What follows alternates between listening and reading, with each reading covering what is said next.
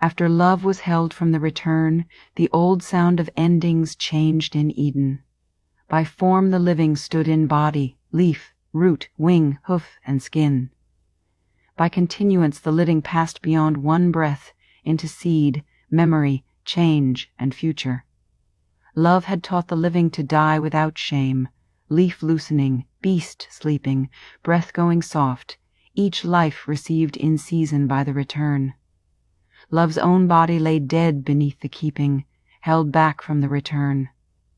Death was not the horror.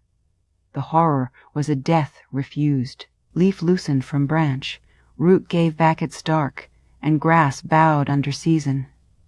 And they returned. Wing folded from the high air, hoof grew tired beside the river, and old beasts lowered their heads. And the dying was not shame. Seed broke open, became stem, became fruit, became seed again, and the fallen husk returned. Breath entered body. Body spent breath, and the spent life returned to the mercy beyond keeping. So the living died in season, and Eden did not call the dying evil. Love alone did not return. Void heard the refrain and could not hear mercy in it. Where love had opened her hand in mercy, law set down a mark. The days became scratches in the dark. The seasons became records, and age rose before void like a wall. She pressed each breath into memory, as though memory might hold what release would receive. Every clean ending sounded to void like star going beyond reach. Every natural return sounded also like love's silence beneath Eden, and law counted because it could not mourn. The record did not comfort her. It only made each loss more precise. Number stood where tenderness should have stood, and age became a cage drawn around breath. And the Lamb still came near her shadow, warm and blameless. He comforted her without becoming cure, for no small warmth could answer the room star left. Then one life walked the bright way without fear, breathing with the return as with a friend. It walked through the open door and was not kept.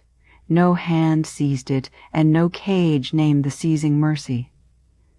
The living looked and found no body to own, for the return had received that life cleanly. Void saw the clean returning and trembled. Love would have called it mercy, and love was silent beneath Eden. The longest breath was still breath, and the longest body remained a body. Many days did not make life ownable, and length did not become a throne. At the end of length, the return opened, and it died, and the dying was not shame.